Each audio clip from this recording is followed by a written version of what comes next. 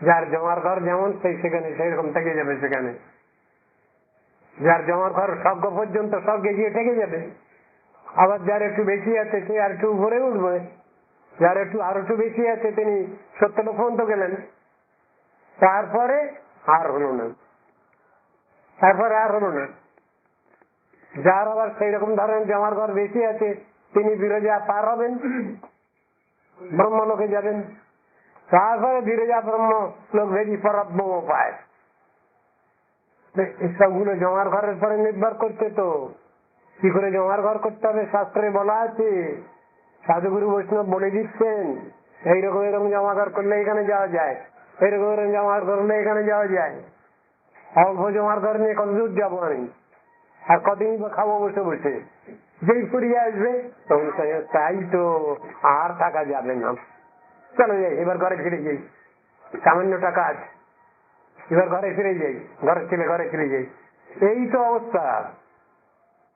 জমার ঘরটা করতে হবে। তো জমার ঘর হরিনাম না করলে তো হবে না, শুদ্ধ নাম হওয়া চাই, যেমন তেমন নাম নয়। ভক্তি গ্রন্থ আলোচনা করা চাই, ঠাকুরের সেবা করা চাই, হরিকথা শ্রবণ করা চাই। কোনটাকে বাদ দেবো আমি? সব নিয়ে তো চলতে হচ্ছে। টাকা খাওয়া বাদ দেবো? দুদিনের মধ্যেই তো অক্কা, তখন কে কার ভজন সাধন করবে? শরীরটাও দরকার। সুতরাং ডাক্তার বুদ্ধিকেও দেখাতে হবে। ডাক্তার বুদ্ধি দুই রকম, গৃহ সংসারের সকলের চিকিৎসা করবেন, আর এক রকম বুদ্ধি আছেন তারা ভক্তির লাইনে চিকিৎসা করেন। দুই রকমের চিকিৎসা তো করবেন। ইহ রোগ ভব রোগ দুই যায় ক্ষয়, এমন ধরনের চিকিৎসাটা করতে হবে। সেই চিকিৎসা হওয়া শিখতে হবে। ওগুলো তো সবটা জানি না আমরা। কেউ অ্যালোপ্যাথিক চিকিৎসা করি, কেউ বা কবিরাজি চিকিৎসা করি, কেউ বা হোমিওপ্যাথি বায়োকেমিক চিকিৎসা করি, কেউ বা আবার হাইড্রোপ্যাথি করি, অমুক করি তমুক করি, কত কে আছে। তা আমাদের সে সম্বন্ধে বাস্তব অভিজ্ঞান থাকা চাই, সাধন পথে অগ্রসর হওয়া চাই, যেটা যেমন নিয়ম আছে সেই অনুসারে আমাদের চলতে হবে। সর্বোপরি কোথায় যাব আমরা? গোলক বৃন্দাবনে যাব। এটা হলো সব থেকে বড় কথা। তাহলে সঞ্চয়টা ওরকম দরকার, জমার ঘরটা ফিক্সড ডিপোজিট ওইরকম ধরনের দরকার। তাহলে ভগবানের কাছে গিয়ে তার সাক্ষাৎ সেবা আমরা অধিকার পাবো, নিশ্চয়ই পাবো, নিশ্চয়ই পাবো, নিশ্চয়ই পাবো। পরাজয় নাই। আর জয় যদি হয় তো ভগবানের জয় হোক।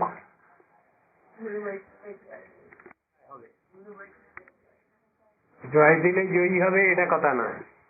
জয়ী হওয়ার জন্য ভগবানের জয় দেবো, গুরু বৈষ্ণবের জয় দেবো, না না না। আমরা ভগবানের জয় সবসময় হোক। হে ভগবান তোমারই জয় হোক, তুমি সর্বেশ্বরেশ্বর, তোমারই জয় হোক। আর আমাদের সব পরাজয় হোক। পরাজয় হয়েছে বলেই তো বদ্ধজীব হয়ে এখানে বসে আছি। আর কেন জানে পরিবেশ জীবনী নাহি জান বদ্ধ হয়ে রবি তুমি চিরদিন, অতি তুচ্ছ ভোগ আছে বন্দী হয়ে মায়া পাশে, রহিলে বিকৃত ভাবে দণ্ড যথাপরাধীন।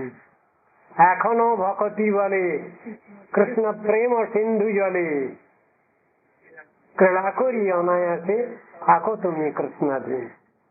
আর কেন মায়া জালে, আর কেন মায়া? গুরু বৈষ্ণব ভক্তের শ্রীচরণে হাত দেওয়া কি উচিত? উত্তর বলছি, এই ভগন্মুখ দেহ বা পাপ দেহ লইয়া সাধুগুরুর শ্রীচরণে হাত দেওয়া উচিত নয়। শ্রীচরণে হাত দিলে যদি সাধুগুরু অসন্তুষ্ট বা দুঃখিত হন তাহলে তো অমঙ্গলই হলো। সন্ন্যাসী ভক্তগণ এসব আদৌ পছন্দ করেন না। সাধুগুরুর শ্রীচরণে হাত দেওয়া লোকের একটা রোগ বা খেয়াল হয়ে দাঁড়িয়েছে। প্রত্যেক কার্যে গুরুকৃষ্ণ সুখী হচ্ছেন কিনা সেদিকে আমাদের তীব্র দৃষ্টি থাকা দরকার, তবে তো মঙ্গল হবে। তা না হলে তো নিজের পায়ে নিজেই কুড়ুল মারা হবে। যাহারা ভাবপ্রবণতা বা উত্তেজনার বশবর্তী হইয়া মাতৃষ সন্ন্যাসীর পাদস্পর্শ করিতে উদ্যত, তাহাদিওকে আমি আমার গুরুদেবের ভাষায় বলছি, তারা সাধুর পদধূলি গ্রহণের জন্য হস্ত প্রসারণে সাহস করিবেন কেন? এইরূপ দুঃসাহস কি ভালো? তাদের এমন কি যোগ্যতা আছে যাতে তারা নিজেকে এরূপ যোগ্য বা বড় মনে করিতে পারেন? সাধুগুরুর সেবা বা সুখের দিকে দৃষ্টি নাই এইরূপ গৃহাসক্ত লোকের সাধুগুরুর পদস্পর্শ করা যে অন্যায় তা সহজেই অনুমেয়। আপনারা যদি দূর হইতে প্রণামাদি করেন, তা হইলে আমরাও দূর হইতে প্রণাম করতে পারি। আর যদি পা ছুঁইবার চেষ্টা লইয়া কাড়াকাড়ি আরম্ভ হয়, তবে স্থূল ব্যাপারেই চিত্ত আকৃষ্ট হইল, মঙ্গলের পরিবর্তে অমঙ্গলকেই আবাহন করা হইল, হিতের বিপরীত ফল ফলিল। সুতরাং এইরূপ অপরাধময় কার্য হইতে মঙ্গলাকাঙ্ক্ষী ব্যক্তি মাত্রেরই সাবধান হওয়া উচিত।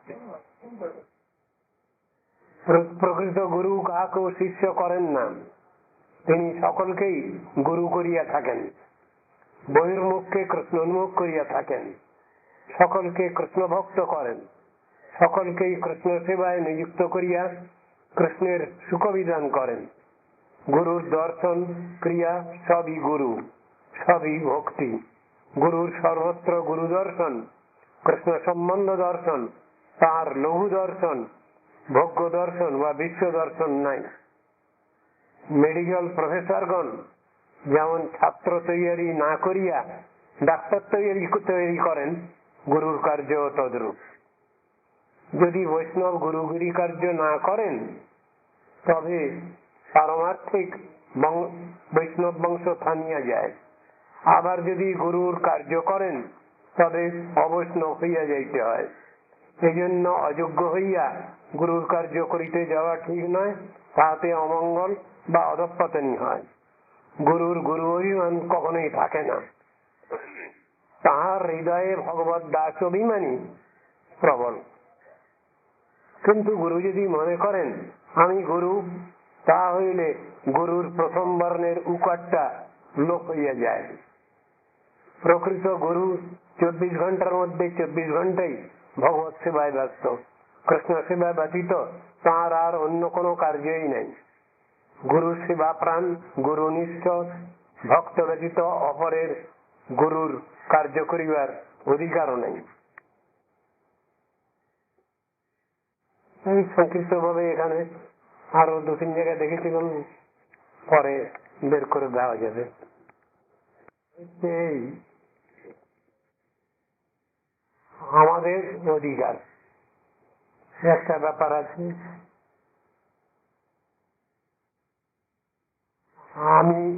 আমরা শুনেছি সরস্বতী প্রভুপাদ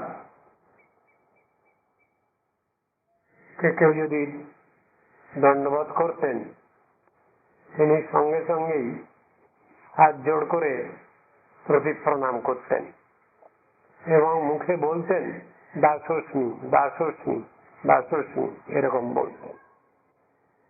যার জন্যে আমাদের গুরুদেব ভক্তি প্রজ্ঞান কেশব গোস্বামী তিনি কখনোই তার সামনে প্রণাম করতেন না। কেন গুরুদেব আমাকে প্রণাম করবেন কেন? আমি একটা হতভাগা, তা গুরুদেব আবার আমাকে প্রতি প্রণাম করবেন কেন? সেজন্য উনি আড়ালেই সবসময় দণ্ডবোধ প্রণাম করতেন। সেটা একটা বিচার। তাহলে সবটাই শিক্ষার বিষয়। সরস্বতী প্রভুপাদ বলছেন যে আমি কাকর শিষ্য করি না। তখন তারই শিষ্যদের মধ্যে থেকেই একজন বললেন, আপনার হাজার হাজার শিষ্য। উনি বললেন, আমি কাকর শিষ্য করি নাই। যারা আমার সামনে আমার কিছু প্রলোভিত বাক্য শ্রবণ করবার জন্য বসেছেন, তারা সবাই আমার গুরুবর্গ, আমার গুরুপাদ পদ্মের তারা বৈভব। এই বিচার বুদ্ধি তো গুরু বৈষ্ণবগণের আছে। তারা শিষ্য করেন না, সত্যই সাধুগুরু বৈষ্ণবগণের এটাই হচ্ছে বিচার। তাহলে কি করেন তারা? গুরু তৈরি করেন। এখন ওই বিচারটা মাথায় ঢোকে না তো সকলে। আমাদের জন্যই, বদ্ধজীবগণের জন্যই আমাদের পূর্ব গুরুবর্গ বহু উপদেশ নির্দেশ রেখে গেছেন। কৃপা কর বৈষ্ণব ঠাকুর, সম্বন্ধ জানিয়া ভজিতে ভজিতে অভিমান হউ দূর। আমি তো বৈষ্ণব এ বুদ্ধি হইলে অমানি না হব আমি। প্রতিষ্ঠা সাথী হৃদয়ে দূষিবে হইব নিরয়গামী। নিজে শ্রেষ্ঠ জানি উচ্ছিষ্টাদি দানে হবে অভিমান ভার। তাই শিষ্য তব থাকিয়া সর্বদা না লইব পূজাকার। অমানি মানব হইলে কীর্তনে অধিকার দিবে তুমি। তোমার চরণে নিষ্কপটে সদা কান্দিয়া লুটিব ভূমি। এইসব মহাজন পদাবলী গুলো কেন আছে? আমাদের শিক্ষার জন্যই আছে। আমরা কখনোই যেন অহংকারী দাম্ভিক হয়ে না পড়ি, সেই জন্যই আছে। সবগুলোই শিক্ষা। মহাভাগবত যিনি, তিনিও নিজেকে মহাভাগবত বলে জাহির করেন না, বলেন না। তার মধ্যেও স্বাভাবিক দৈন্য আছে। সেই দৈন্যেরই প্রকাশ আমরা লক্ষ্য করি। সেই দৈন্যের ক্ষেত্রেতেই গুরুবর্গের অনেক বক্তব্য দেখা যাচ্ছে, শোনা যাচ্ছে। চৈতন্য চরিতামৃতকার কবিরাজ গোস্বামী তিনি দৈন্য করেই বলছেন, পুরীশের কীট হইতে মুইছে লঘিষ্ঠ, জগাই মাধাই হইতে মুইছে পাপিষ্ঠ। মোর নাম লয় যেই তার পুণ্য ক্ষয়, মোর নাম শুনে যেই তার পাপ হয়। এমন নির্ঘৃণ্য মোরে কিবা দয়া করে, এক নিত্যানন্দ বিনু জগত সংসারে। তাহলে এদের মধ্যেও তো এই জিনিস আছে। বা শ্রী চৈতন্য মহাপ্রভু আমাদের সবসময় হরিনাম করতে বলছেন। হরিনাম কে করবেন? নাম গান কে করবেন? সেই নামের সাধন ভজন কে করবেন? কে নাম অনুশীলন করবেন? সেখানেও বলছেন কৃষ্ণ নাম গানের অধিকারী কে? সরস্বতী প্রভুপাদের একটা সুচিন্তিত দার্শনিক প্রবন্ধ আছে, সেখানেও তো একই কথাই বলছেন। কীর্তন কে করবেন? অমানি মানদ হইলে কীর্তনে অধিকার দিবে তুমি। কথাটা বলা আছে। তিনি শিক্ষাষ্টকের মধ্যেও বলছেন, হরিনাম যদি করতে হয় তাহলে আমারই মানব ধর্ম নিয়ে চলতে হবে। দৈন্য, দয়া, অন্যের মান, প্রতিষ্ঠা বর্জন, চারি গুণে গুণী হই করহ কীর্তন। কথা বলা আছে। সেখানেও তো দৈন্য ভাব আছে। কখনো কোনো অবস্থাতেই এই স্বাভাবিক দৈন্য হৃদয়ের এটা কখনোই ছাড়তে পারেন না গুরু বৈষ্ণব। ভগবানের তো কথাই নাই, তিনি তো ওই দৈন্য শিখিয়েছেন। তার প্রতি শ্রদ্ধা ভক্তির উদয় হলে যাদের হয় তারা স্বাভাবিক দৈন্যে প্রতিষ্ঠিত, তাদের মধ্যে কোন পার্থিব জগতের জড় অহংকার নাই, রাত পূজা প্রতিষ্ঠাতা নাই তাদের মধ্যে। এই কথাগুলো তো শিখানো আছে। সুতরাং আমার গুরু বৈষ্ণব যারা, তারা তো আমার সর্বক্ষণ শিক্ষাদাতা, হোল টাইম গার্জিয়ান। তাদের কাছে থেকে আমরা অহংকার শিখবো কেন, রাত পূজা প্রতিষ্ঠাতা শিখবো কেন? কথাগুলো তো এইরকমই বিচারের মধ্যে আছে। প্রতিষ্ঠাতা দুই রকম, একটা বলছেন শুকরের বিষ্ঠা, জড়ের প্রতিষ্ঠা শুকরের বিশ্বাস বলে দিলেন। আর এক জায়গায় বলছেন বৈষ্ণবী প্রতিষ্ঠা তাতে করো নিষ্ঠা, তাহানা লোভিবে তাহানা ভজিলে লোভিবে রৌরব। তাহলে দুটো পাশাপাশি আছে সব ব্যাপারে। এই সংসারে যত ব্যাপারগুলো আমরা দেখি, ঘটনাগুলো দেখি, আমরা সবটাকেই দুই ভাগে ভাগ করা হয়েছে।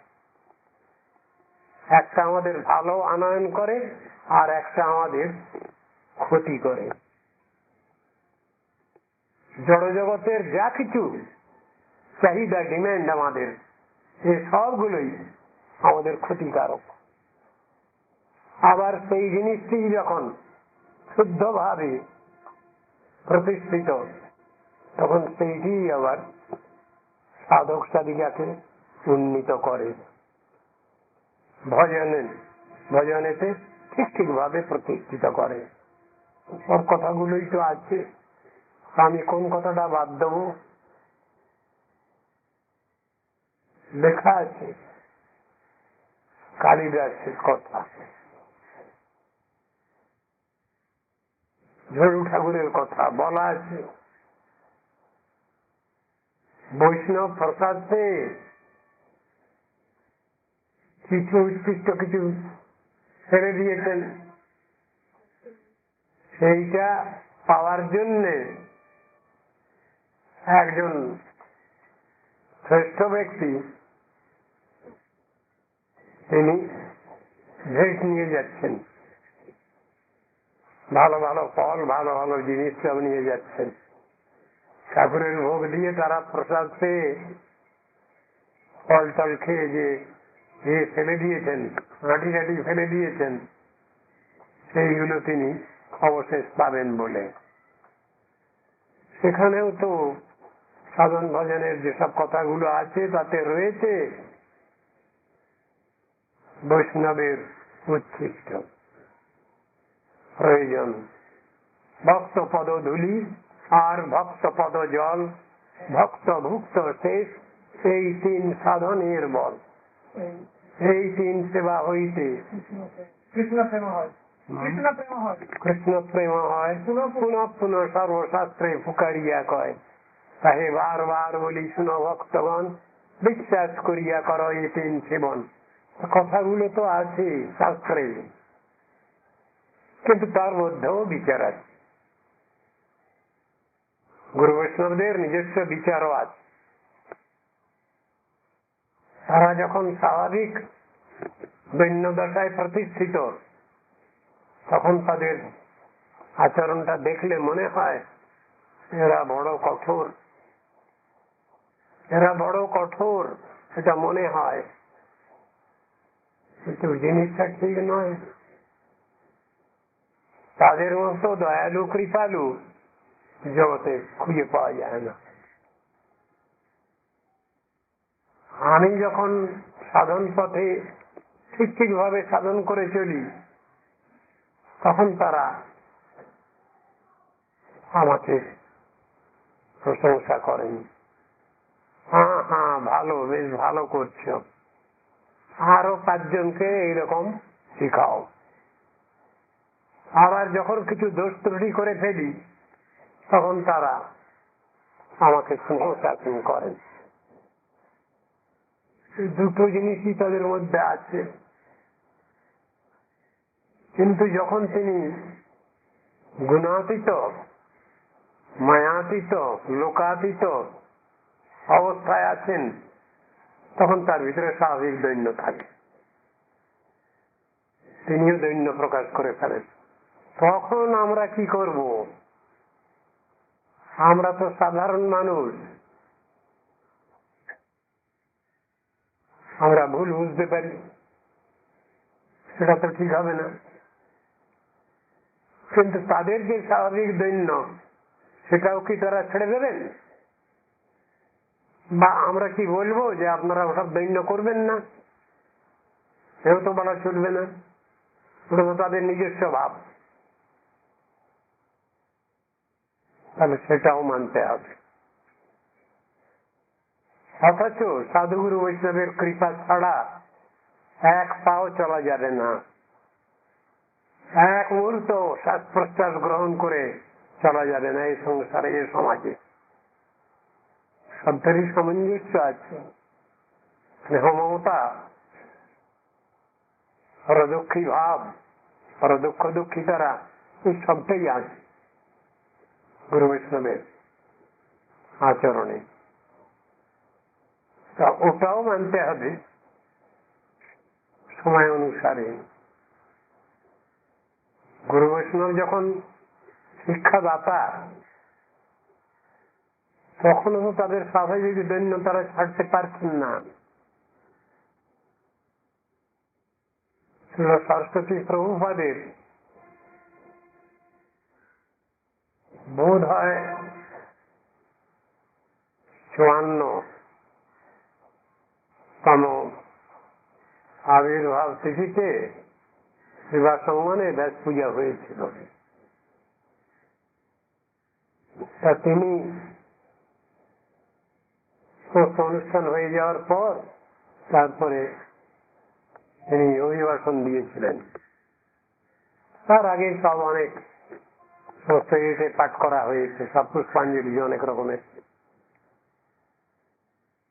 তা তিনি প্রথমেই সম্বোধন করছেন তার সম্মুখস্থ ছাত্রীমণ্ডলীকে, হে আমার বিপদ উদ্ধারণ বান্ধবগণ। কথা শুনলে তো মনে হয় কি মাথা পাগল নাকি? তার শিষ্যরা বসে আছেন তার সামনে, তিনি বলছেন হে আমার বিপদ উদ্ধারণ বান্ধবগণ। তাহলে সরস্বতী প্রভুপাদ খুব বিপদে পড়ে গেছেন না? তাই তার সামনে তার শীর্ষস্থানীয় যারা বসে আছেন তাদের বলছেন আমার বিপদ উদ্ধারণ বান্ধবগণ, আমাকে সাহায্য করুন আপনারা। দেখতে এক রকমের, কাজের বেলায় বিচার তাদের আর এক রকমের। আপনারা আমার প্রলোভিত বাক্য শুনবার জন্য এখানে উপস্থিত হয়েছেন কেন? প্রলোভিত বাক্য মানে কি?